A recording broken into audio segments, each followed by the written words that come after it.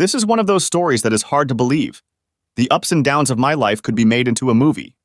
I have been happily married for over 30 years, or so it seemed to me. I have 3 children whom I love dearly. I owned my own business, which started out as a service station, gas station, if that makes more sense to you. Now it is also a convenience store. I'm not rich, but I make a good living. Let me start by saying that a few years ago my son was hospitalized. He was 28 years old at the time. He is married, has a wife and 2 children. He was diagnosed with some kind of kidney problem. My wife Annabelle, whom I called Annie, and I feared for our son's life. The doctors told us that if they couldn't get the kidney problem under control, he might need a kidney transplant. We didn't know what to do to help our son. The doctor told us that we could talk to family members in case a transplant was necessary. Of course, it was about my son, so I went to the lab and had them check my status and determine if I would be compatible. My wife didn't know I had done this. I decided to give him a kidney before telling the rest of the family. The test came back the next day and we were not a match. I asked the doctor why. After all, he was my son. What was wrong with my kidneys? I told the doctor quite loudly that I had had a few beers, but I didn't smoke. The doctor was a little embarrassed, but I didn't care. I told him how I felt. Finally, the doctor asked me to come into the office. Mr. Weller, you and your son are not a match because according to the test, you are not his biological father. I'm sorry to have to tell you this, but you've been raising your voice too loudly. I will tell you that we've made mistakes before, so my assistants are running the test again. I was almost in shock as I walked out of the office. He's been my son for 28 years. I can't believe this is happening. I didn't want to tell Annie about it, just in case there was a mistake.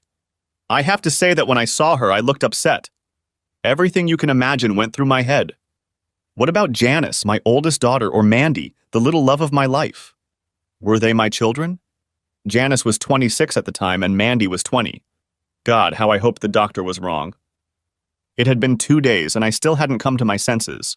Of course, part of that had to do with the possible death of my son, and part of it had to do with whether he was my son at all.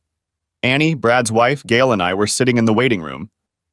The doctor came out and said, "I have good news." I was so happy, I thought he was going to tell me that the test was wrong and that my kidneys were perfect. But instead he had good news, or rather better news for Brad. Brad's kidneys are responding to treatment. He won't end up needing a transplant. In fact, his body is adapting so well to the treatment that he could be discharged in a couple days. He'll have to watch his diet, but otherwise he should make a full recovery. Everyone was so happy for Brad. The women were crying and Annie kissed me. There was so much relief on her face. I haven't told her about the test yet. I would go back and talk to the doctor the next day. I asked Janice, Mandy, and Annie to take a DNA sample.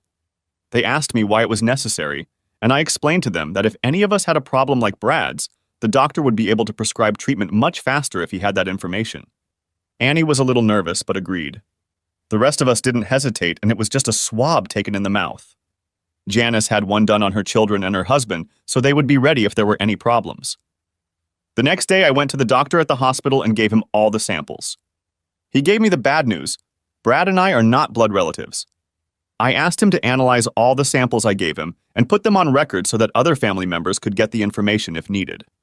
I will pay for all the tests. Mr. Weller, are any of them your family? They are all my family. 2 daughters, sons-in-law, grandchildren, my daughter's children, and of course my wife. I want to know if those labeled as Janice and Mandy are my biological children. Even though they are adults, they are my children and have been all their lives. Brad was released from the hospital a few days later. He had another week to recover and then he could go back to work. Everyone was so relieved that he wouldn't have to go through dialysis or, even worse, a transplant. I tried to stay calm, but it wasn't easy. I really needed to know if these girls were my blood. Annie asked me almost every night why I was acting so strange. I simply told her that we had been through a lot in life, and I was thinking about our children, and it wasn't a lie. I came home from work one evening, and Annie was sitting in a chair at the table, looking through some papers and crying. I realized it was the results from the hospital. They must have come in the mail. "When did you do it and why?" she asked me. I went to get my kidneys checked to give them to my son. Since I was his father, I figured it was my responsibility. When the doctor told me I was not his biological father, I sent the tests to the girls. I don't know if they are mine or not. When I was picking up the papers, Annie said, "Janice isn't yours, but Mandy is." At this point, she was crying hard. What happens now, Dan? I stood there, unable to find the words. I didn't know what was going to happen next. After 30 years of marriage, I had just learned that my 2 children, whom I had supported their entire lives, were not mine. I looked at Annie. We talk and talk some more.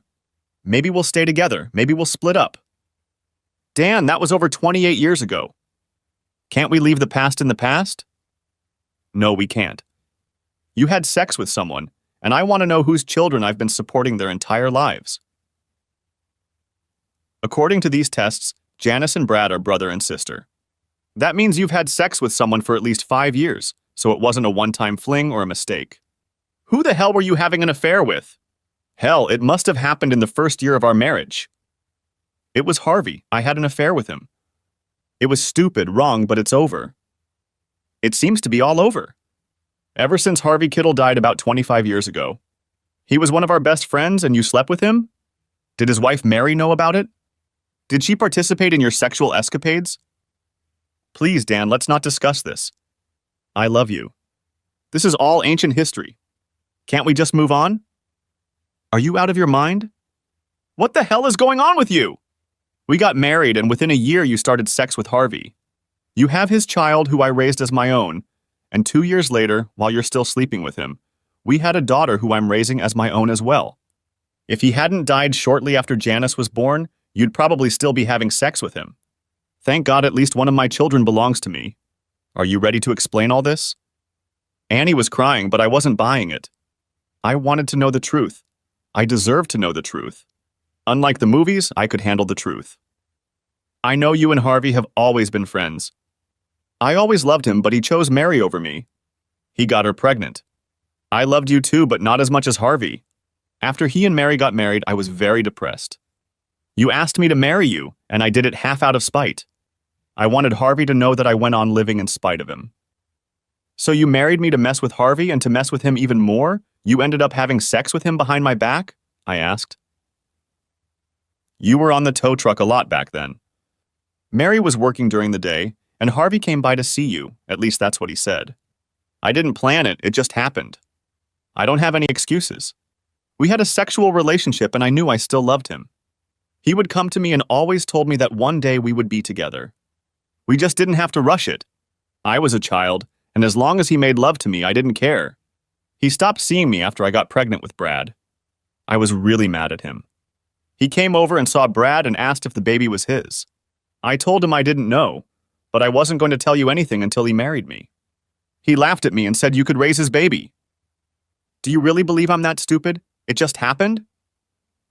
What just happened? If you're going to convince me that it just happened, then you're stupider than I can imagine. If you stopped seeing him, what about Janice? Did that happen to her too? I told him he wasn't allowed in our house unless you or Mary were here. I had feelings for him, but I found out he was just using me for extra sex. One day he came over and forced me to have sex with him. He said if I refused, he would tell you about Brad. He hurt me. He didn't make love to me. He hurt me a lot. When he left, he laughed and said he hoped he had put another baby in me. I couldn't tell you about it. I didn't want to lose you. Shortly after Janice was born, Harvey was taken away in a car accident. I was saddened, but relieved at the same time. I could finally put all the cheating behind me and we could start living a normal life. I loved you more and more. Our life was good, wasn't it? I've spent my whole life trying to make it up to you. I know we had our differences, but overall we had a good marriage, didn't we? Annie asked. Yes, our marriage was good, but now, looking back, I see that it was all based on lies. You cheated on me. You married me while loving another man. You had a child with another man, and then you said you were raped and got pregnant again without telling me. And now you're telling me to just forget about it. I don't think I can, and I don't want to. I'm going to see our lawyer and start divorce proceedings. Dan, you can't! What about our kids? What are you going to tell them? I'll leave that up to you. Just so you know, I don't think you were raped, and you would have continued to have sex with him if he hadn't been removed. You have a week to tell me your story for the kids. After that, I'll tell them the truth. I take it Brad and Janice don't know that I am not their biological father. Of course you don't. No one knows but me and now you. Please, Dan, they love you. Don't hurt them by telling them that a man they've never met is their father. I am their father and they are my children. Nothing will ever change that. I've been with them their whole lives and that won't change. I think we'll both live here until the final contract is finalized, unless you have a lover in mind. It's inappropriate, Dan, and you know it. No, that's the problem. I've been with you for 30 years and I don't know you. I'll move my stuff into the guest bedroom. I don't want anything more to do with you. Annie started crying as I got up from the table and started moving a few of my things into the guest room. 2 days later, I got a call from the store. They said that my wife's car had driven over a guardrail and fallen onto an embankment. According to them, it looks like she was speeding, going too fast and didn't have time to turn. She was pronounced dead at the scene. The sheriff questioned me about any problems my wife might have had. I replied that there were none, to the best of my knowledge. He said he was classifying it as an accident, but was going to hold the report until after the autopsy. I couldn't imagine having to bring all the dirty laundry out into the light now. I loved her, but I also hated her, if that's possible. I called all the children and told them about their mother's death. I told them I was going to the hospital to identify the body. They could call a few relatives and pass on the news. I knew it was a shock to everyone, even me. Now it was on my conscience. She took her own life or it was an accident. A few days later, the autopsy came back clean. Other than the blood pressure medication, the coroner found nothing. Her death was ruled accidental. At the funeral, I grieved for her. Even though I was going through a divorce, I still had strong feelings for her after 30 years of living with her. I was glad I hadn't met with a lawyer yet. No one needed to know about Annie's secret affair. I would have to live with it. It wouldn't do any good if I told my kids about it. The day after the funeral, my 2 daughters and daughter-in-law came into the house. I asked them to take all of my mother's personal belongings and divide them between them. All I asked for were a few pictures of us as a family. No one can understand how bad I felt unless they have gone through something similar themselves. The questions of what if kept running through my mind. What if I had never taken this test? What if I never told Annie about it? What if I hadn't told her I was leaving her? Would any of that have changed, or was she just going too fast that day? Chapter 2. Get involved. This all happened 2 years ago, just before the holidays. And here I was alone again for the holidays. My son and oldest daughter now live about 100 miles away from me. I told them I could come up for a day or two during the vacations. Mandy was a senior in college and said she was going to England with friends for the vacations. The trip was organized by the college. She had asked me about it a few months ago. She was worried that I would be alone. I tried to explain to the kids that I had been living alone for 2 years now. I spent every day at the service station shop and was never alone there. One day I was sitting in my big comfy chair watching a few programs on my old television set. On came a commercial I had seen over and over again about donating $24 a month to give a child in a third world country 3 meals a day, a place to live over their head, proper health care, and a school education. What the hell, do people really believe that? Don't get me wrong. I'm all for feeding the hungry and helping those who can't help themselves. But if I could do all that for $24 a month, I should have moved there myself. Sorry, but I'm not big on sending money and hoping it goes to help children. To those who do it and believe in it, I wish you success and may God bless you. However, it gave me an idea. The next day when I was at the store, one of our local priests came in, and I asked him if the church was doing one of those Christmas campaigns where they put up a tree and then write on it the names of families who need help for the holidays. Well, yes, Dan, we have one. Do you have a family name you'd like to publish? No, Pastor Jim. I need the name of a family I can help over the holidays. Great, Dan. Just come to the church and pick a name. The Christmas tree is pretty full this year. A lot of people are out of work. Jim, can you give me the name of someone you think really needs help? I don't want it to be a family that is having a hard time with a husband who just got laid off. I want a family whose help during the holidays will really make a difference. I'm not just going to give the child a toy. I want to make sure this is a holiday they will never forget. Pastor Jim smiled at me. I think he realized that I wanted to make a difference in my family's life. Dan, I think I have the perfect family for you. We have a young widow with 3 children. They moved here from the big city last year. Her husband was shot during a drug deal gone bad, and she moved here to try to give the kids a fresh start in life. Okay, Jim, thank you so much. I know I'm not the church-going type, but I want to help someone this year. I'll come by later and get the name of the family. When I told Pastor Jim that I didn't like church, he understood what I meant. I believed in God or something bigger than myself. When Annie was alive, I went to church twice a year. I always heard a sermon about where Jesus was born and when he died on the cross. The rest of the time, I attended weddings and funerals. Carmela Wilson was the name on a piece of paper I'd taken off a tree at church. A widow with 3 kids, an address, and a phone number. Pastor Jim told me she worked as a waitress at Joe's restaurant. I think I knew who he was talking about. I've eaten at that restaurant dozens of times in the last year, if not more. I bet the waitress named Carmen was called exactly what Jim had told me her name was. I would go into the store and make sure everything was under control. I was a pretty hands-on boss. I decided to stop by Joe's diner and talk to Carmen. As I walked in, I looked around and Joe waved at me. We had been friends since we were kids. Plus, of course, we were both business owners, which made us a little more communal. I sat down at one of the tables and looked around. It was the time between breakfast and lunch, so it was pretty sparse. I noticed Carmen, who smiled and said she'd be right over. A little information about Carmen. She was in her early 30s, a pleasant-looking woman, but hardly classifiable as beautiful. She was neat and attractive, with shoulder-length dark hair. She had nice legs and a normal bust, however normal it was. It stuck out, but you couldn't put a beer on it. She definitely wasn't thin, but she wasn't fat either. Hell, explaining a woman's facial features is harder than I thought. She had a nice smile, that much I knew for sure. "What can I do for you?" she asked. "Just a cup of coffee and some conversation, if you don't mind." "Yes, for coffee, but I don't know about this conversation," she replied. "I'm sorry, I don't know how to talk to women." "This is not a flirtation. I picked your name on the tree at church and I want to be your friend for the holidays." "Look, I'm not really sure what you want. I'll just go get you some coffee." I watched as she went to talk to Joe, and he shook his head when she came back with my coffee. "Okay, Joe says you're fine. I get hit on by men quite often, and I don't need that in my life right now. So what do you want? What's a holiday, friend? I know the church put my kids' names on the tree so they could have Christmas, but they never talked about a friend. Friend, this is my idea. Please let me explain. If you want me to just buy the kids a present when I'm done, that's what I'll do." Without going into too much detail, I was watching TV when a guy said that for $24 a month, I could sponsor a child in another country.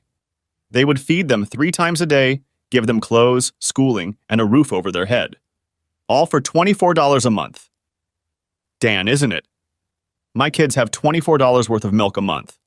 I can hardly make more than that. She smiled. She had such a beautiful smile. I know, I agree. I have decided that I will be adopting a family from now until the holidays. I want to help you with your material needs through Thanksgiving and Christmas. I want your family to have a memorable Christmas. I am not rich, but I can spare enough money to try to help one family this year, and I have chosen yours. Carmen's eyes were glassy. Are you serious? I was so worried about my kids this year. You see, my husband was... I know, Carmen, he was murdered. Please let me help you help your children. If you feel I'm interfering in your life, just tell me and I'll back off. Why are you doing this? Don't you have family you could help, not a stranger? Look, my wife died 2 years ago.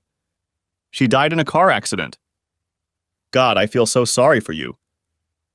It's okay, Carmen. Anyway, my holidays were pretty lousy and I wanted to try to help someone else be happy this year. I have 3 grown children. My son is in his 30s and my daughter, I think, is 29. They are both married and have families of their own. The youngest daughter is a college graduate who is going to England for Christmas. Neither of them are in financial difficulty. So what do you say? Shall we be friends for the holidays? You have a kind face, Dan. For the sake of my children, I'll say yes. Please, no tricks. My family and I have been through a lot in the last year. So, what do you want from me? It's a good idea to start by restocking your coffee and getting an idea of some of your needs. She poured coffee and said she needed to get back to work. Joe was nice, but she needs to do her job. We agreed to talk after she left work the next day. I asked her out to dinner, but she said she needed to be around the kids, but I could come to her house and talk there. I can even have dinner with them if I like macaroni and cheese.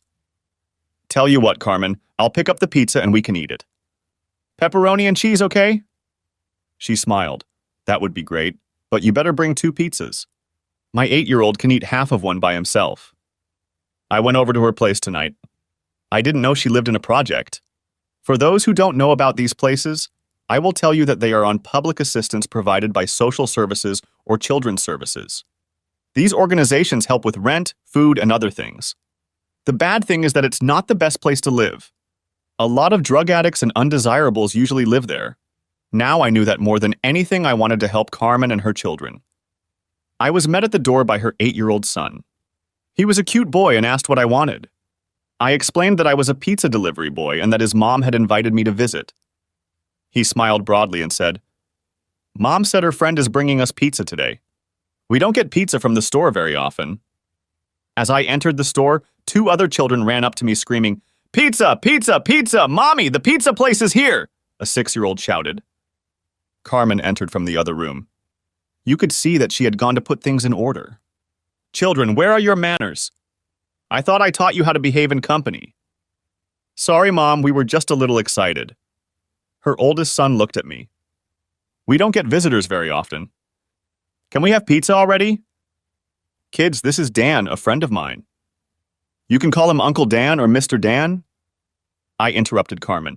"Or just call me Dan. What's your name?" The oldest spoke first. "My name is Mike, and I'm 8 years old." Then the second one said, "I'm Mark, and I'm 6 years old. This is my little sister Molly." "Let me tell you," Molly said. "I know who I am. My name is Molly, and I am 4 years old, soon to be 5. I go to kindergarten, and I am very smart." She was the sweetest little girl and looked a lot like her mom. Everyone sat down at the table and started eating pizza. I looked around the room and realized that this was a struggling family. The furniture was old, and they didn't seem to have much stuff. Of course, I only saw the kitchen and living room.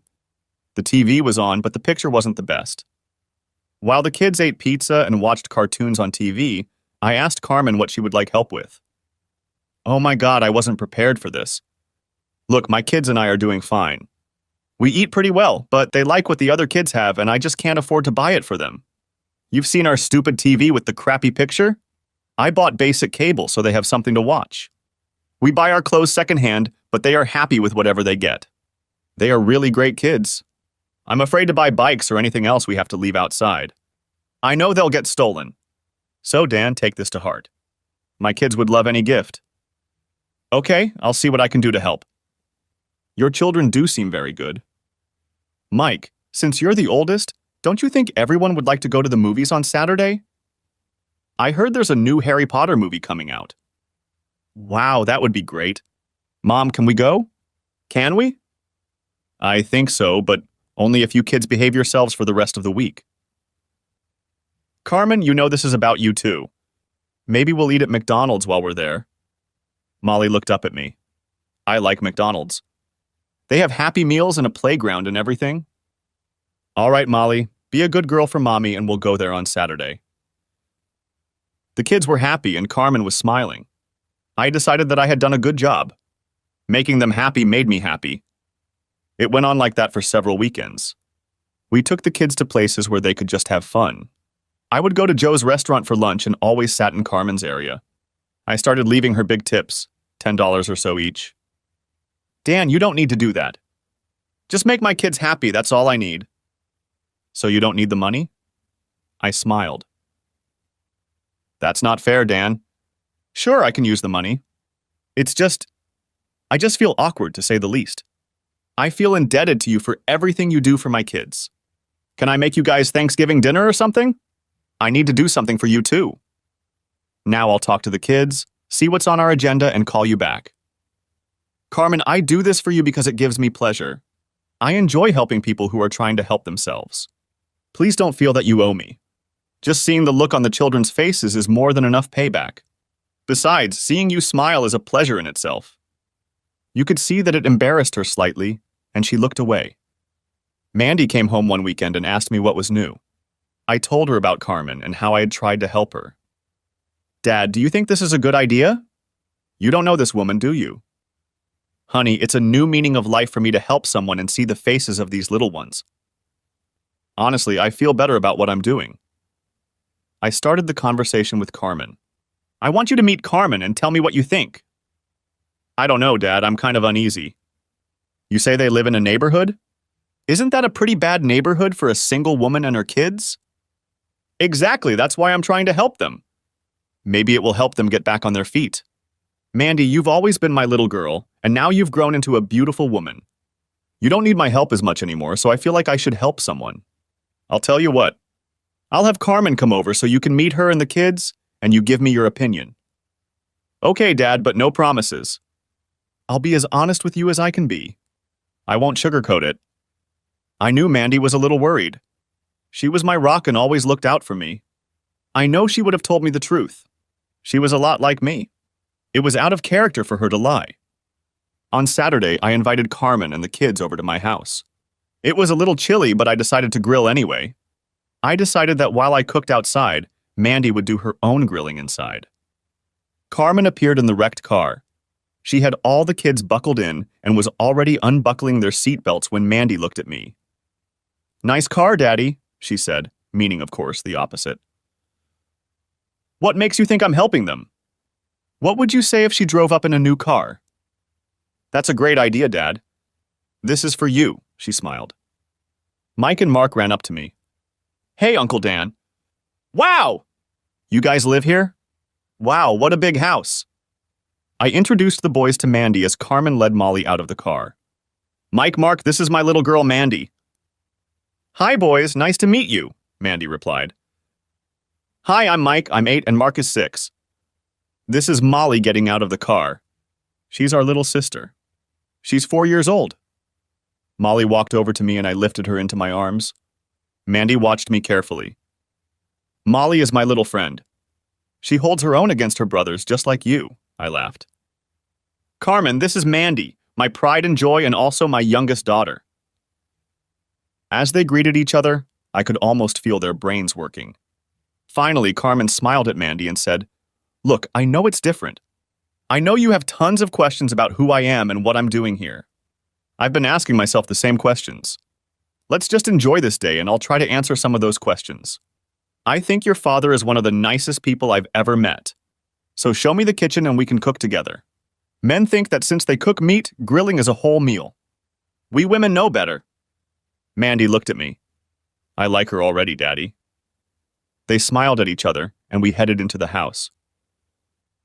The kids wanted to explore the house. I told them it was okay, but to stay out of the drawers and not to run around. They went from room to room, came back and told their mom about everything they saw. They asked if they could watch my big screen TV, and I asked them if they wanted to go to the store with me and pick out a couple DVDs to watch. Of course they said yes, and Molly asked if she could go too. Carmen intervened. Molly, why don't you stay here with me and Mandy and help us cook? We girls need to be together. She must have told Molly what was needed because Molly looked at me and said, Uncle Dan, take the boys and go ahead. I have to help the girls cook. It was so funny to hear that from a 4-year-old. I told her that it was okay and that I would rent a movie just for her. I ended up renting the movie The Little Mermaid for her, and she was smiling a lot when she watched it. She asked Mandy and her mom to watch it with her. She told the boys that they could watch it too, but they had to be quiet. It was so funny to hear her trying to act like an adult. The girls decided that we would spend Thanksgiving at our house. Carmen and Mandy would cook dinner, and I would keep the kids busy, which wasn't too hard to do. I have a pool, but it is closed for the winter. However, I also have a hot tub. The kids were going to bring their bathing suits and soak in it. Afterwards, they would watch movies on the big TV. We had over a month to plan Thanksgiving dinner, so Mandy said she would contact Brad and Janice and let them know about dinner at our house. She would also tell them about Carmen and the kids. Also, that anyone who wants to use the hot tub should bring their bathing suits. I had a nice chat with Mandy after Carmen and the kids went home. Dad, Carmen is a very nice person. She is very sympathetic and is not afraid of work.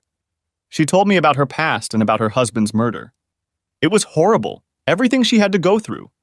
I understand why you want to help her, especially with the children. She doesn't make excuses for her life, and you can see that she is really trying to keep it together. I have to tell you, Daddy, that I think she really cares about you. Of course she will. I'm helping her and her family. I hope she'll be grateful to me, at least a little. No, Daddy, I mean care in the sense of really like, maybe even love. She didn't say that, did she? Dad, she didn't have to do that. We women can sense these things. I think you've fallen in love with her too, Daddy. All I ask is that you be very careful and considerate. Come on, Mandy, I'm just happy for her. This is the happiest I've seen you since Mom died over 2 years ago, Dad. I'm glad to see you happy. I just want you to be more aware of your situation. I knew Mandy was right. I had feelings, strong feelings, for Carmen and the kids.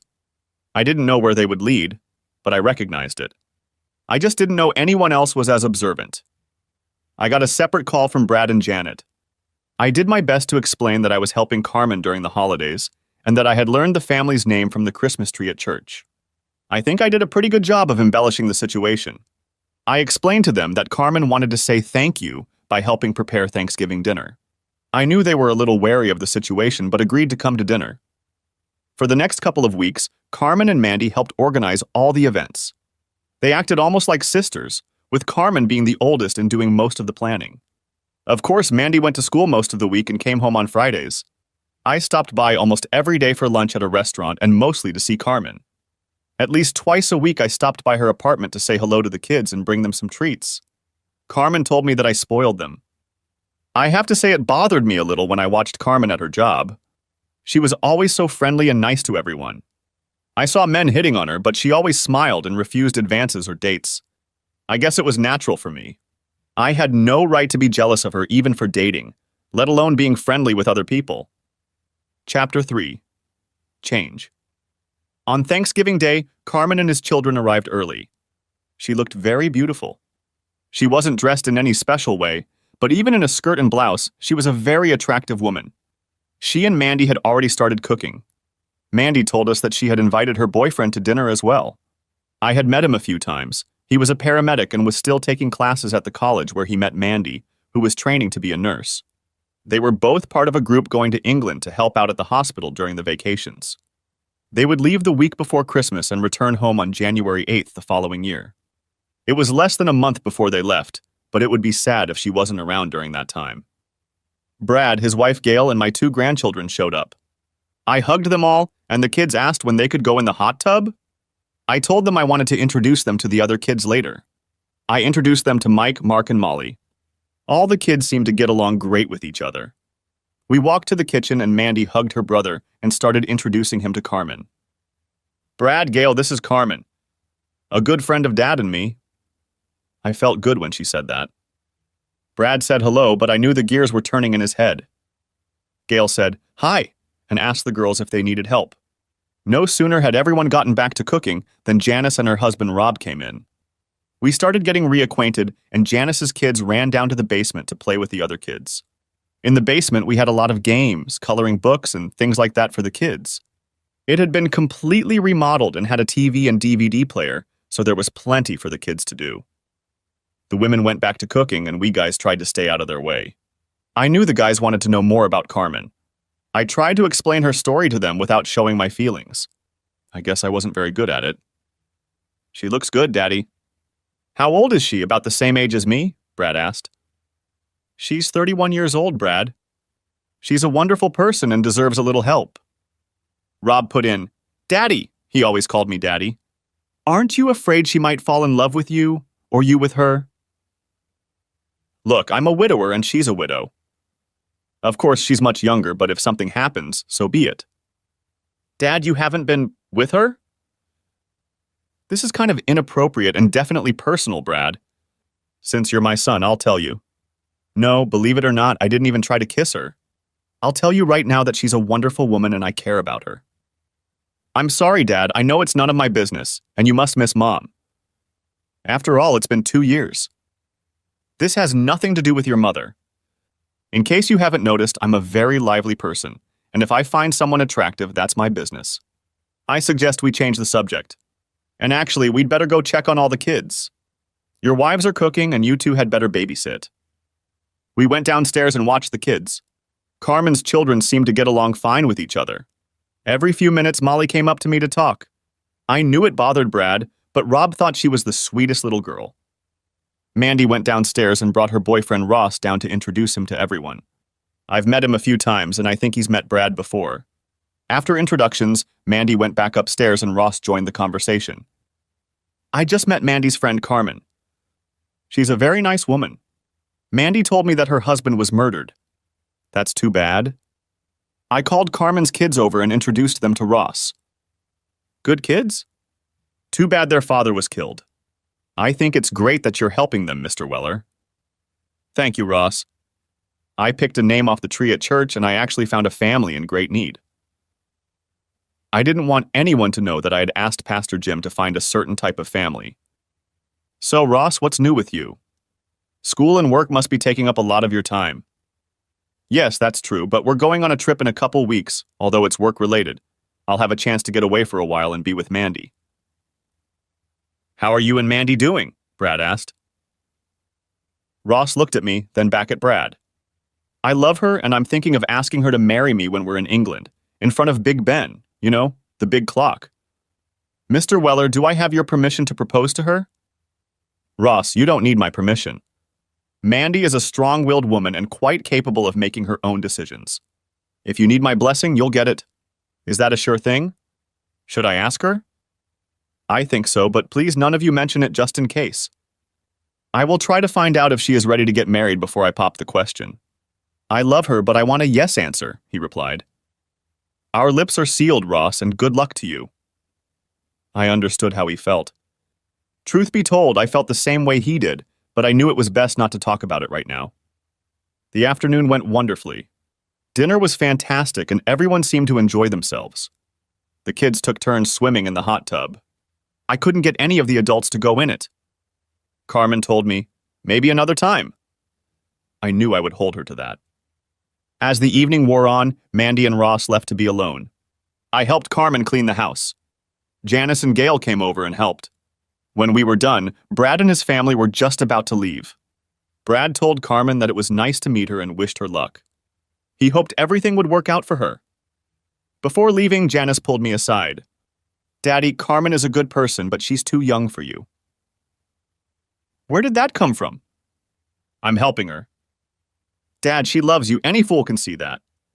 We asked her if she was dating, and she said she had a boyfriend. Daddy, you are that boyfriend.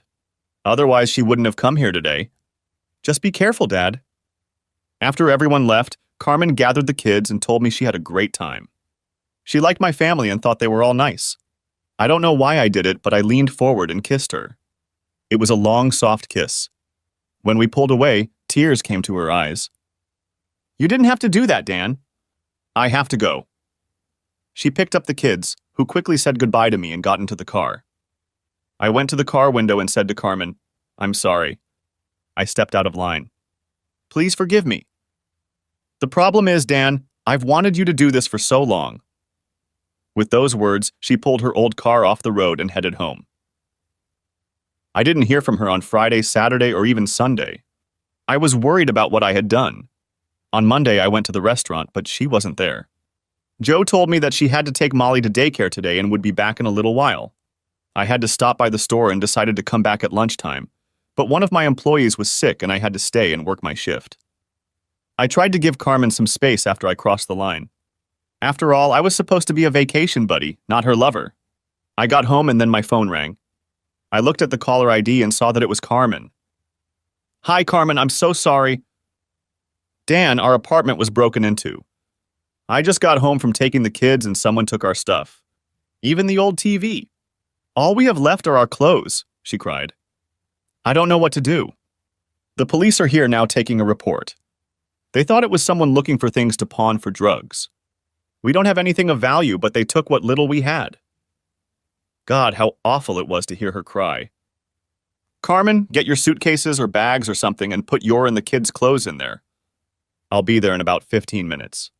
Everything will be fine. I promise you. Dan, I didn't know who else. It's okay, Carmen. I'm glad I was the one you called. Now go pack your things and I'll be there soon.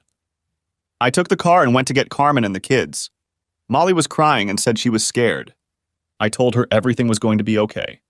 I would take them all back to my house. Carmen looked up at me in surprise. I thought you were dropping us off at a motel for the night. No, you're all going home with me. Put all the stuff you packed in your car. Take my car and the kids. I'll drive yours with your stuff. She didn't ask any questions. She just did what I said. I talked to the police officer and told him they could contact her at my house. I gave him my phone number if he needed to contact us. He told me that they probably wouldn't get any of her stuff back. She didn't list anything of real value that they could trace. All they did was trash the apartment pretty badly. I thanked the officer, got into Carmen's clunker, and tried to start it. I was unable to start it. The officer helped me start it and I headed home. When I arrived, Carmen and the children were sitting on the porch. It's open. Why didn't you come in?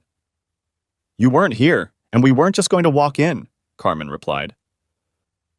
Come on, boys, help me get all these bags in. Mike, you and Mark take your stuff to the bedroom with the bunk beds. If it's Molly's stuff or your mom's stuff, put it in the front bedroom. The one across from Mandy's room. You know which one? Yes, sir, the boys' stuff is upstairs, the girls' stuff is downstairs. If you're not sure, put it in the living room and your mom will decide for herself. Carmen, you need to come and talk to me. Molly, why don't you help the boys and make sure they do it right? Of course, Molly liked her job of telling the boys what to do. Dan, what are you doing? We can't live here. What will your kids think? Carmen, you need help right now, today. Let's try to do this my way for a few days. That will give us time to figure out what to do. You and Molly can share the front bedroom, and the boys will be more than comfortable upstairs. Dan, the boys have school and Molly has kindergarten. I have to work. And how does living here get in the way of that? You just have to leave about 15 minutes early. I can help too. I'll drive Molly or the boys to school. Call them tomorrow and explain that your house was broken into and that you'll be driving the boys to school. Give my name so I can drop them off and pick them up. It'll work out, Carmen, I promise. Dan, I care about you. I like you a lot. Your kids know that, and I need you to know that. Did you tell them? I asked. No, women just know it. Men, I don't know. Men think differently. I don't know about your son, Brad, but Mandy, Janice, and Gail all know. I'm sorry, it's not just something I can hide. I wear my feelings on my sleeve, I guess. I'll worry about my kids. You already have enough to worry about. Oh, and I'm sorry, but I'm not sorry I kissed you. Just thought you should know.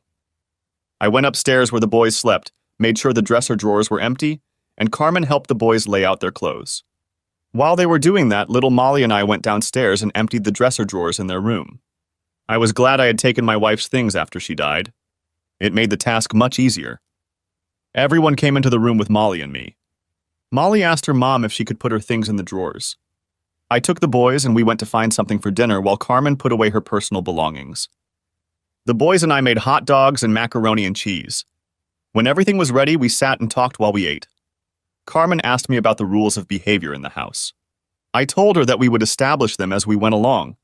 We told the kids that they needed permission to do anything they wanted to do until we set the rules. They were told they could not enter my room or office without an invitation. They were not allowed near the pool at all. It was closed, but they were still children. We made sure they understood they could drown. They could only go in the hot tub with permission from mom or me. It wasn't supposed to be a daily event. They could only watch TV with permission from mom or me. It was their responsibility to keep their room clean. Carmen laughed, knowing the boys weren't the neatest. At least the rules were set. I looked at the boys and Molly, who was always smiling at me. Kids, this is your home now.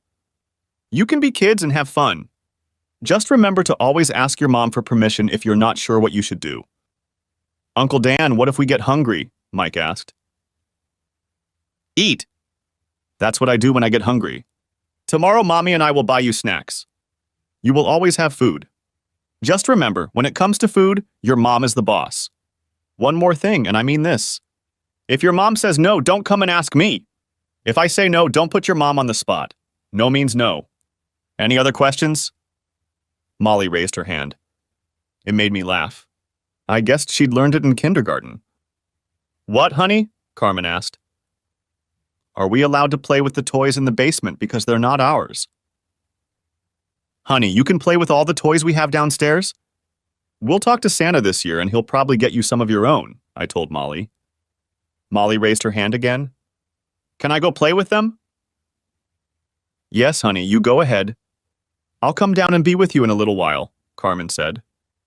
Molly stood up and headed downstairs. Not 10 seconds later, the boys followed her downstairs. One of the boys shouted upstairs, Uncle Dan! Can we turn on the TV? I only shouted back. Yeah, go ahead, just not too loud. Carmen came over to me and hugged me. There were tears in her eyes, and she said, I don't know what I would have done if it hadn't been for you. She pulled away and wiped the tears from her eyes. We didn't kiss or hug again. I knew I had to say something without being funny or too serious. I squeezed her hands and said, I'll always be here for you. Let's go see what the kids are doing.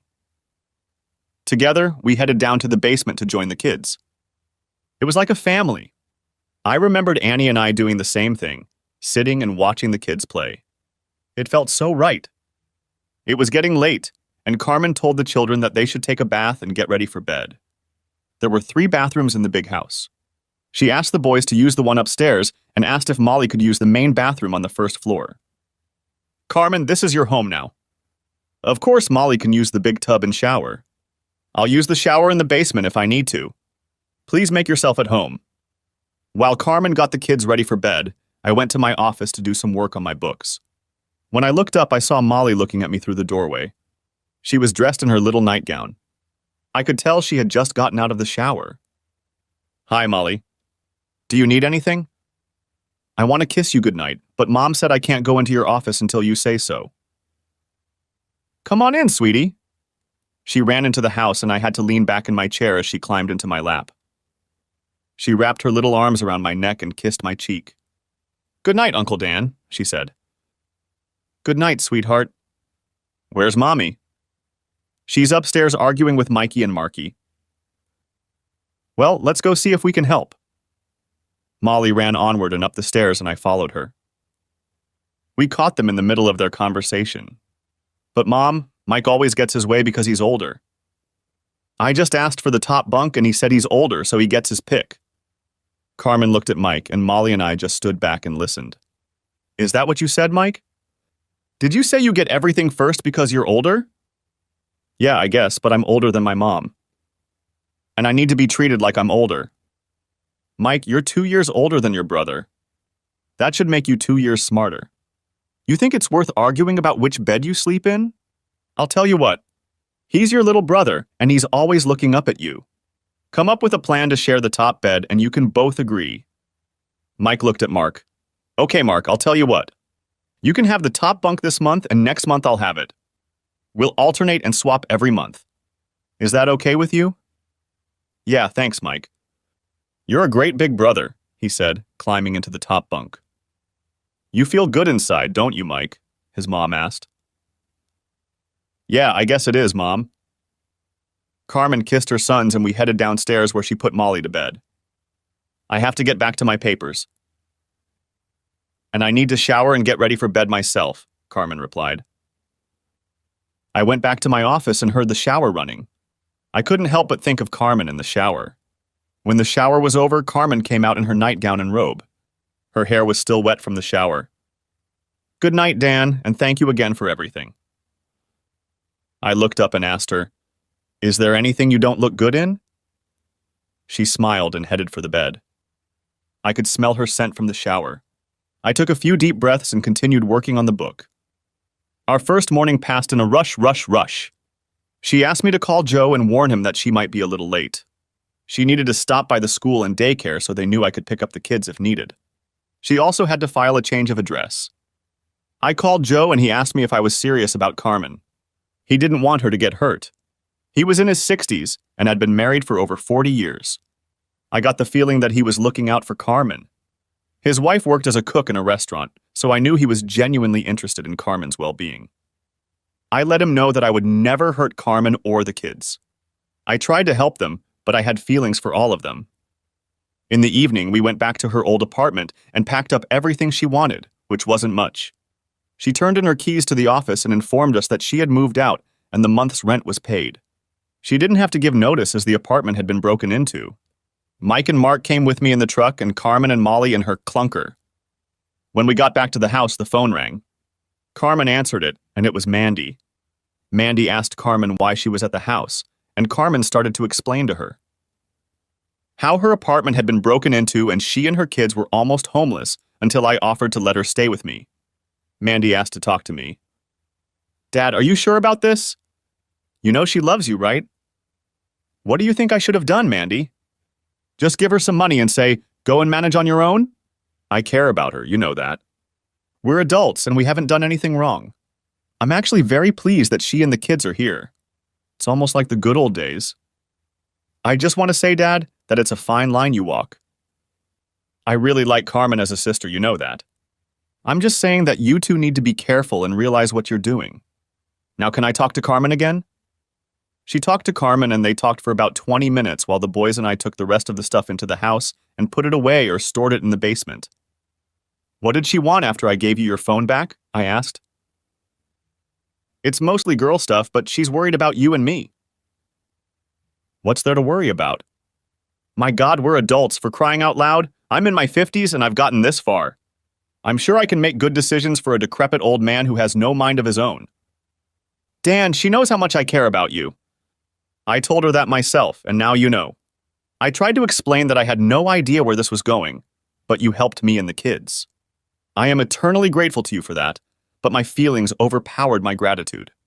Mandy is worried that one of us will get hurt in this relationship. I told her I would never come between you and your family. Okay, let's just keep living one day at a time. Maybe time is the answer. Just then, Mike and Mark walked in. Uncle Dan, can we all go in the hot tub? I looked at Carmen and then back at the kids. Only if your mom comes in. I don't want you kids going in there alone. Come on, Mom, please come in, please. We're begging you, Mom. You're going to love it. It's warm and nice and lots of bubbles. Please, Mommy. Okay, boys, I'm going to be gone for a while. Go and get your costumes on. Molly, go get yours and I'll be right there. She turned to me. You're the one who set me up, aren't you? I just smiled and she smiled back. She went and put on a two-piece swimsuit. Are you happy now? She asked as she walked past me and smiled. Very much so. You look good in anything. I bet you even look good naked, I smiled. Pervert, she replied, smiling as she walked toward the hot tub. The kids were already waiting for her. Damn, she looks so much prettier, I thought as she climbed into the tub. This woman has everything. After a few minutes, I handed Carmen the drink. She smiled and said, the water is really nice. My sick body really needed it. The kids just sat there and watched the bubbles bounce off of them. Thanks, Uncle Dan, that's really cool. I mean hot, no, not nice. Well, you know what I mean, Mike replied. I took one more look at Carmen and headed to the office to finish my paperwork. Later, I heard everyone going into the house and getting ready for bed. I knew that in a few minutes I would see Molly peeking into my office. She was smiling and waiting for me to tell her it was okay to come in. No person with any feelings could reject this little girl. The same could be said for her mom. Molly came in, climbed into my lap, kissed me, and hugged me. Good night, Uncle Dan. See you in the morning. Like I said, I had a combination gas station, self-service, and a small grocery store. I no longer repaired cars, but I had a tow truck that I used from time to time. Carmen called me and told me that her car wouldn't start again. I was getting annoyed with this old car. I got a tow truck and drove to the diner to pick Carmen up. There were two guys there who said they would hook up her battery.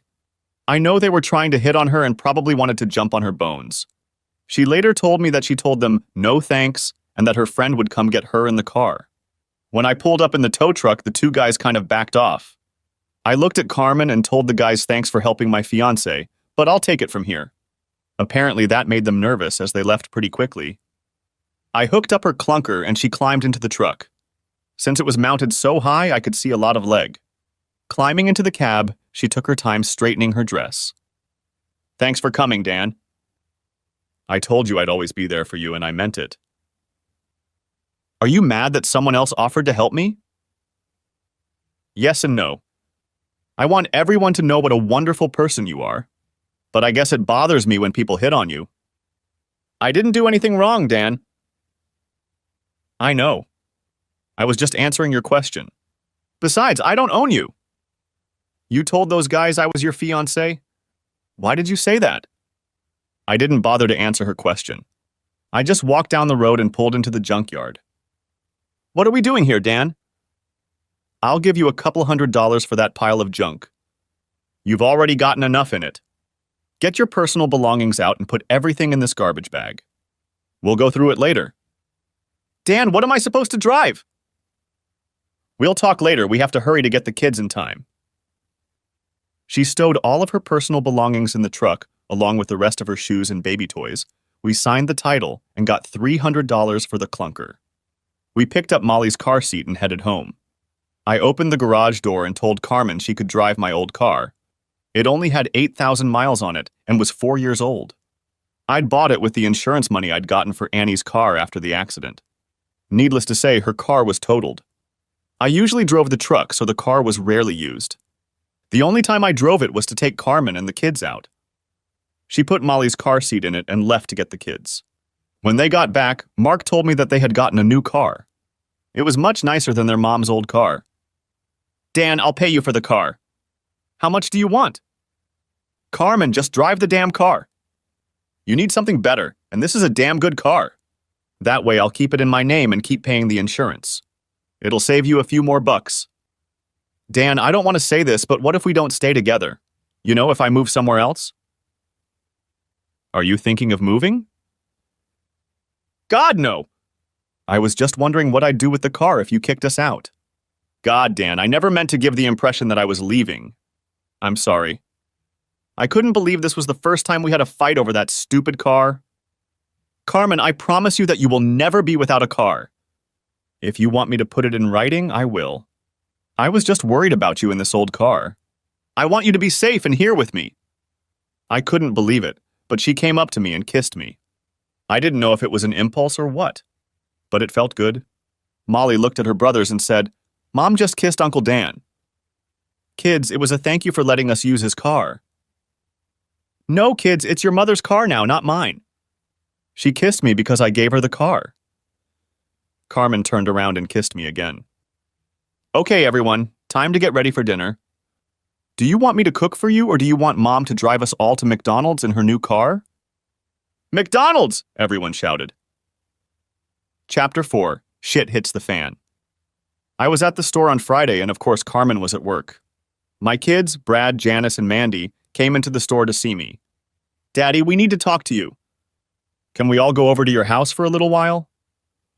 It was more of a statement than a question. Sure, go home. I'll be there in a few minutes. Just let me in. I knew what this was about, and I was pretty much ready for it. I headed home and walked into the house. Everyone, my 3 kids, was sitting in the living room. Dad, this is about Carmen and her kids. It looked like Brad was going to be the spokesman for the group. Holy shit, Brad. It took you 2 hours to drive here for this conversation. I've already guessed why. What the hell did Carmen do that you dislike her so much? She doesn't disgust me, Dad. It's just that one day you're helping her, and the next day she's living here with her kids. I noticed your car is gone too. I take it you gave it to Carmen to drive.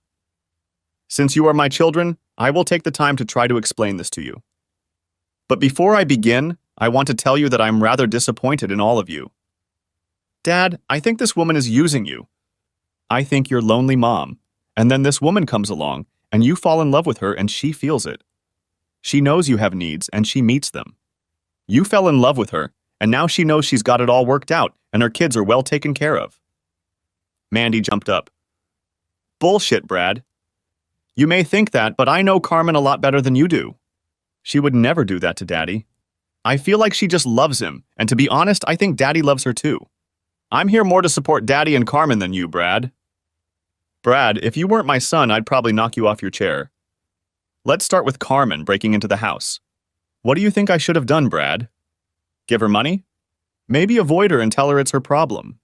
Brad, I did what my heart thought was right, not my groin. Janice spoke up.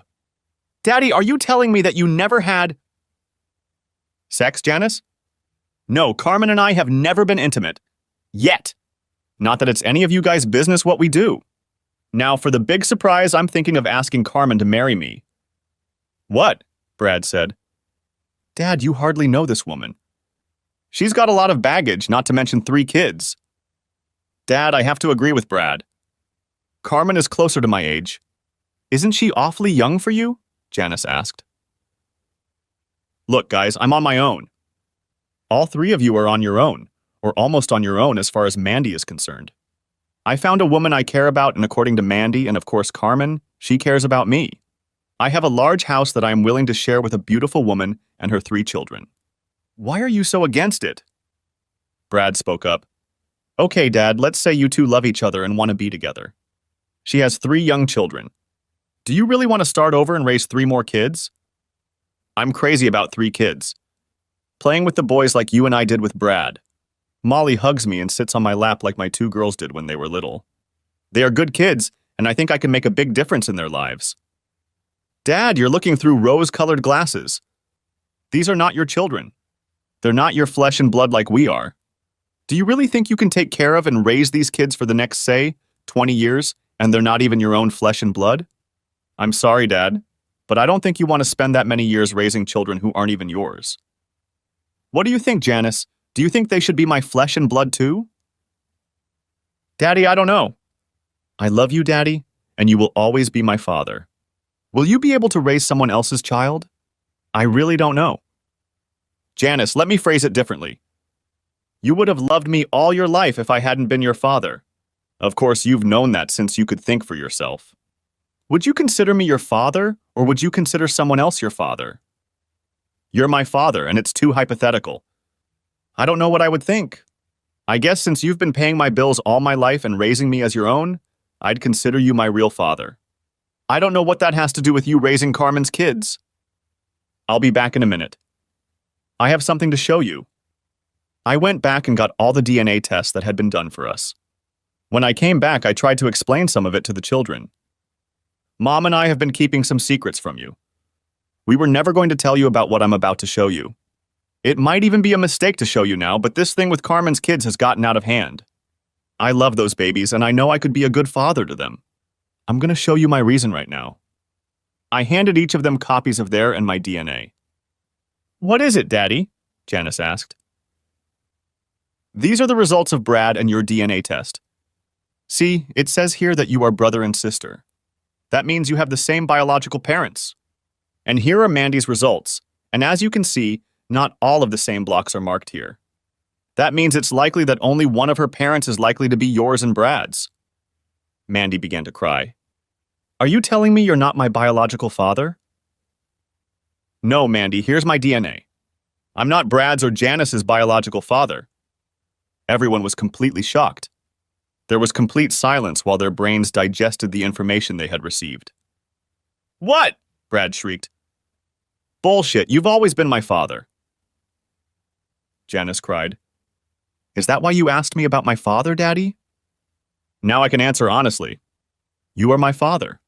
I don't care what some stupid test said, you are my father and always will be. I love you so much, Dad. I just came here today to tell you that I hope you didn't make a mistake with Carmen. I'm so confused, Dad. I just want you to be happy. I thought I was taking care of you. She was still crying and I hugged her.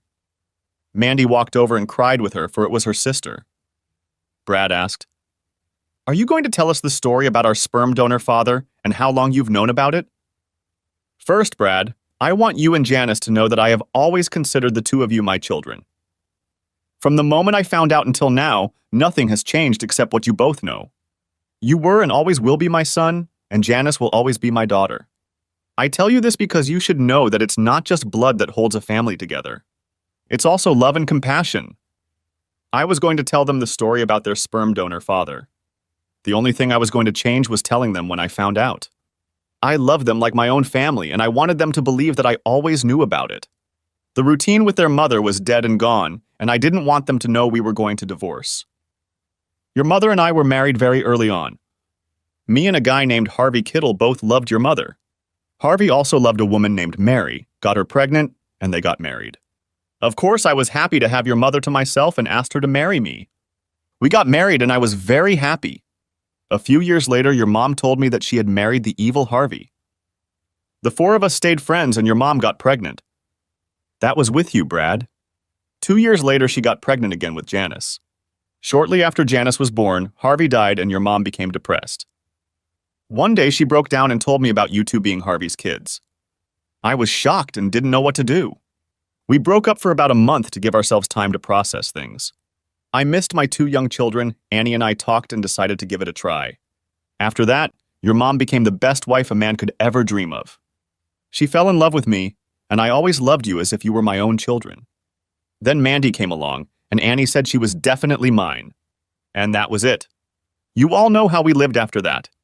We had a wonderful family until your mom had her accident. Daddy, why did you take the test to give me a kidney if you weren't my birth father? Hope, Brad. I hoped and prayed to God that I was a match for you.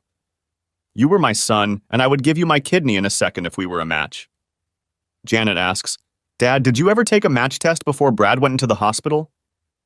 No, it was very expensive at the time, and I had no reason to do it. Since your mom had already told me the truth, there were no surprises. Of course, when I took the test, there was no doubt, but I wasn't surprised. By the way, I have the test results of all your families. Brad, you and Gail are the biological parents of your children. Janice, you and Rob are also the parents of your children. Just in case you wanted to know, now that we've talked about it. You don't need to tell anyone about this conversation. Your mother was a good mother and wife. Let's just leave it at that. I'm sorry, Dad, I made such a fool of myself. I guess I was thinking more about how it would affect us than how it would affect you and Carmen.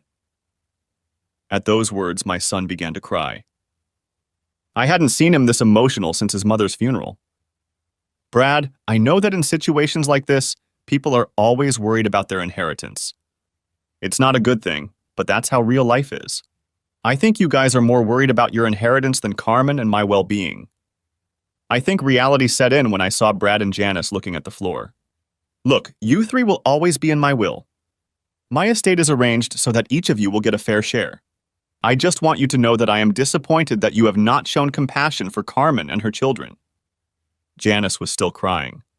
I think the thought of her not being my daughter overpowered even the thought of inheritance. Janice kept hugging me and telling me that she didn't believe the stupid test, that I was her father, and that I would continue to be. I just hugged her back and snuggled up to her. I started to hug Mandy when Carmen pulled up. Well, guys, looks like we're all going out to dinner. Unless you want to tell Carmen why you're all here, I said. Carmen walked in. Hello, everyone. What brings everyone here? Mandy thought quickly. It's my last day off from home, and we all decided to go out to dinner. Oh, God, that would be great. Give me a minute to change into my waitress uniform. Kids, talk to Mandy, Janice, and Brad while Mom gets dressed. Molly walked over to the seated Brad and gave him a hug. Hi, Brad. I like you. Brad looked at me. It had gotten to him what I was talking about. Mike walked over to Janice and asked, You brought your kids so we can play. We are learning to share our toys better. Janice replied, No, honey, they're home. Maybe you can come over after Christmas and see them. May I, Uncle Dan, please? I've never been to their house. We'll see, Mike. It's still a couple weeks away, I replied. Mandy asked Mark what new things had happened. We bought a new car and Mom kissed Uncle Dan. Everyone was looking at me. Carmen walked in and saved the day. Yes, Mike, I kissed him twice for letting us use the car. In fact, we're going to use it right now to drive to dinner. Come on, kids, get back in the car. Uncle Dan will be driving, so you all have to sit in the back. After we ate, Brad came over to us and we talked privately. I'm so sorry, Dad. I'm a fool. I shouldn't have questioned you. No, you're right to wonder about what might affect you, Brad. It's just the way you did it. I want you to question my actions if they bother you a lot. We'll discuss this like father and son until we understand each other. He smiled when I said father and son. Later, I talked about it with Janice, too. I wanted my children to always know that I was there for them. To this day, I don't know if I made the right decision in telling them, but it was done. Mandy asked if I would babysit because she wanted to go Christmas shopping with Carmen. I asked if they could grab something for me, too. I gave them a list and hopefully enough money. I told them they could leave the items in storage and I would pick them up later. I wanted to buy the kids bicycles. Every kid should have a bike, and they now lived in a neighborhood where they could ride them. I pulled Carmen aside. Do you need money for shopping? No, I'm not shopping for myself. Just for you and the kids for Christmas. I got this $300 when my friend sold my old car. I knew she was too proud to take more money. She wanted to give the kids nice things without spoiling them. That wasn't easy to do. I asked Carmen if I could use her car to take the kids shopping, and she laughed. Just be careful with it and don't eat in it. I only got it a few days ago, she smiled. I took the kids to see Santa and take pictures with him. I told all three of them that we are shopping for Mom for Christmas. They can pick out the gift they want to give her. Uncle Dan, Mark said. I don't have any money. I want to buy my mom something nice. Okay, kids. Here's what I'm going to do. I'm going to give each of you $20 for shopping. It's only for your mom, not for yourselves. So look for things that cost less than $20. Uncle Dan, can we carry the money ourselves? Mike asked. Okay, but keep it in your pocket so you don't lose it. Only take it out when you're ready to pay for the gift. I gave each boy a $20 bill, and they folded them up and put them in their pocket. Molly had a little purse with her junk in it, and we found a place in it for her money. Of course, the kids had no idea what money was and were looking at very expensive things. Seeing that this wasn't too good, I took them to a store geared towards kids. They walked the kids around the store and showed them what they could buy with the money they had. I told the clerk that if they wanted to buy anything extra, to let me know. I couldn't believe how hard these little ones were working to find the right thing for their mom. The oldest Mike came up to me and asked if I would lend him $5. Uncle Dan, Mom loves unicorns and he costs $25. Could you lend me the difference? Well, Mike, you said on loan. That means you have to pay me back. I'll offer you a deal. I'll give you the difference and you wash my truck. Deal? Thank you, Uncle Dan, and ran back to buy the unicorn. Mark was watching movies. I walked up to him and said, Mark, you're supposed to be shopping for your mom. Yes, Uncle Dan. Mom likes Titanic, the story about the ship. She also likes the movie Shrek. It made her laugh. I don't have enough money for both movies, and I'm trying to decide which one to buy. Take them both, Mark. Here's the extra money you'll need. When Mike washes my truck, you have to help him. Thanks, Uncle Dan. Mom will like them. I looked at the woman trying to help Molly. Molly continued to shake her head negatively. What's the matter, Molly? Can't you find what you need? None of them smell like Mom. I want one that smells like her. I looked at the saleswoman and whispered, White diamonds. She whispered back to me, Sir, the little girl has only $20, and the white diamonds are worth $50. Tell her you have a special offer on this bottle, and she can have it for $20, and I'll give you the difference. Molly, said the saleswoman, I have a bottle of perfume. Does it smell like your mother? That's it! This smells like Mom. Do I have enough money? Molly asked. You're a lucky girl. This is our last bottle, and it's worth exactly $20. Molly smiled broadly, opened her small purse, and pulled out the money. We picked up our purchases and headed over to see Santa. I held all the presents while the kids talked and took pictures with the big guy in red. Afterward, I asked the kids if they wanted to help me find a present for Mandy. She is going to England, and I wanted to buy her some new luggage. I had already paid for her trip as a Christmas present. The children were happy to help me. Of course, I acted as if I really needed their help. I walked over to where the luggage was lying and waited for one of the boys to notice it. This way, Uncle Dan. The suitcases are here. Thank you, boys. Now I need a set with 5 items in it. Of course, the boys knew their numbers and looked around until they saw a set with 5 pieces of luggage. I want to help, Uncle Dan. What can I do? Molly exclaimed. Honey, you can pick a color for Mandy. Pick a color that you think she will like. Molly walked over to the set, which was bright pink. The boys told her that it should have 5 pieces, but the pink one only had 3. Molly kept looking and found one that was a dark shade of blue. The boys said it had 5 parts, so that's what we bought. Thank goodness there were only 3 pieces in the pink set. We stopped at a burger place, had lunch, and headed home. We took our packages into the house and the kids asked where they could hide Mom's gifts. They gave them to me to put them in the office. I told them to put Mandy's luggage on her bed so she could see it when she got home.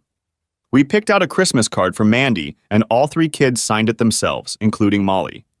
I told the kids that the gift would be from them. After the girls came back, the boys had to tell Mandy to go to her room. Sure enough, she saw the luggage and a card from the kids. They were all grinning like Cheshire cats looking at Mandy. She hugged and kissed each of them, thanking them for the wonderful gift.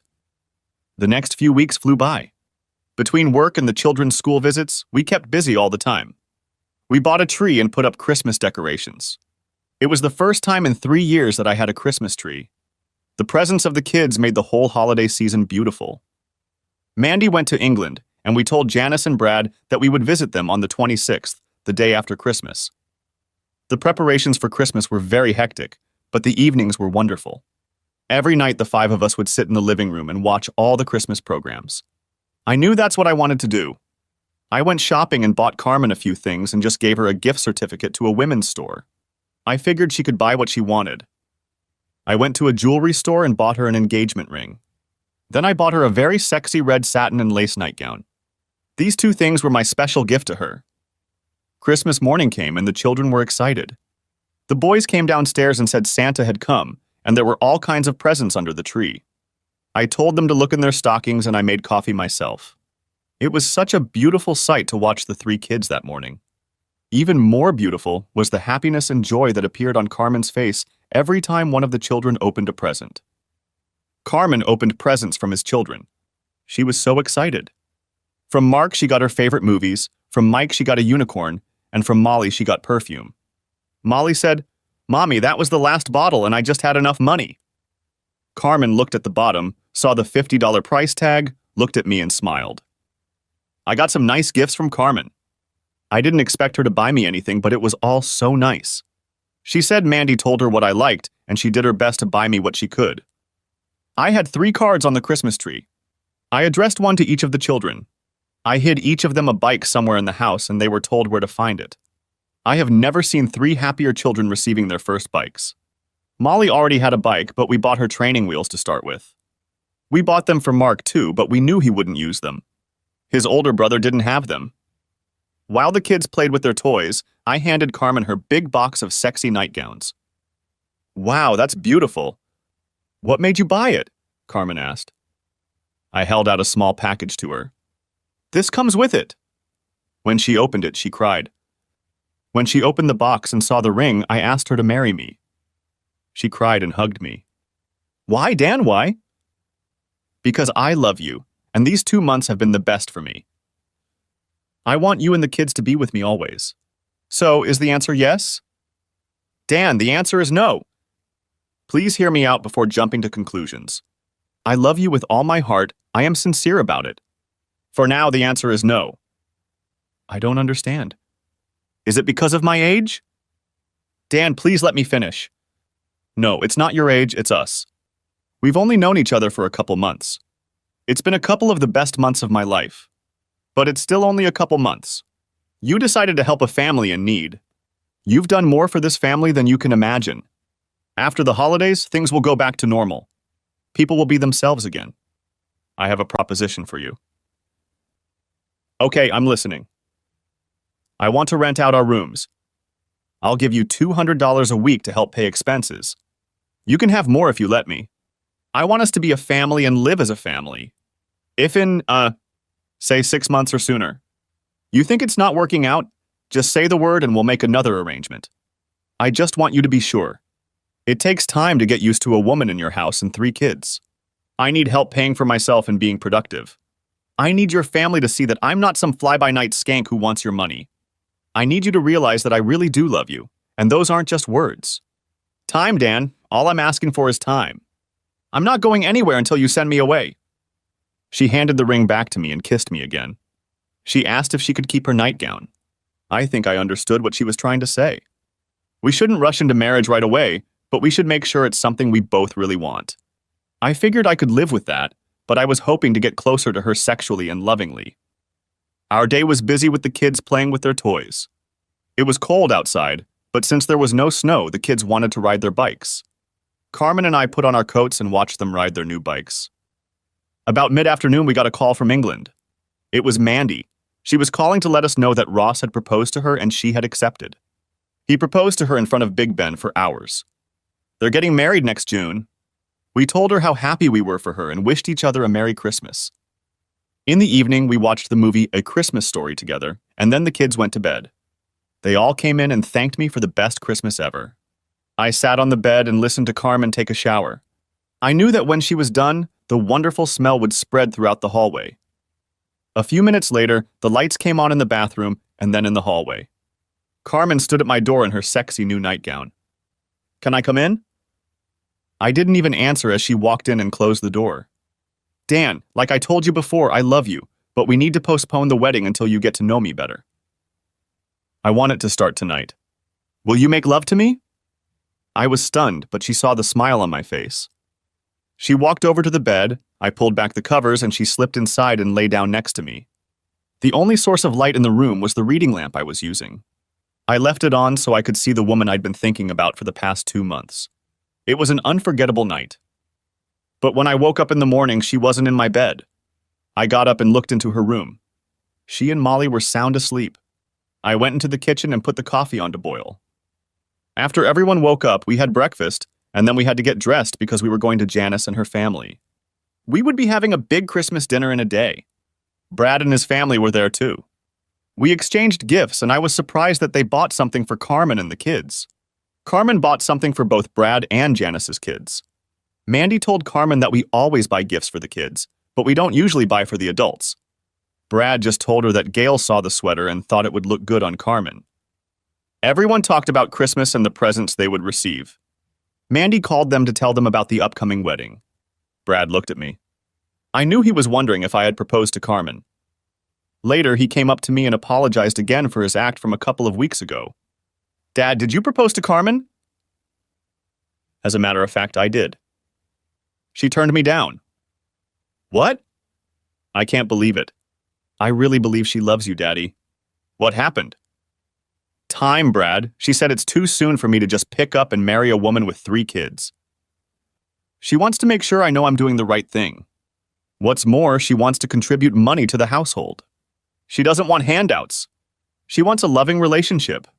So that's what we're going to do. Give ourselves time." "Wow, Daddy, I've never met a woman like that." "Dad, I know it sounds silly after all I've said, but don't lose her. She's a special woman." "Time, Brad. We'll just give it time." Chapter 5. Someday later? Life went on and we became a family. Carmen and I took turns cooking. We had a joint checking account where I put $400 a week and Carmen put in her $200. From this account, we paid utilities and bought groceries. We decided that any large purchases we would discuss first. So far, we didn't need anything. I usually stopped by Joe's for lunch, but left when Carmen could sit with me for a few minutes. We really were like a married couple, except we didn't fight and made love every chance we got. I remember our first time in the hot tub. Good thing we had a good filter. When it came to making love, Carmen was the best.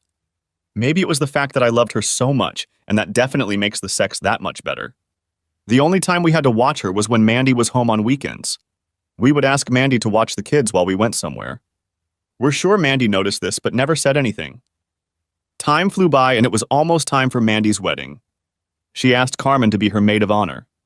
This made Carmen cry. She said she had never had such close friends and family. Mandy would have liked Molly to be her flower girl, but decided to ask one of her nieces, which she did. It was a very hectic time leading up to the wedding.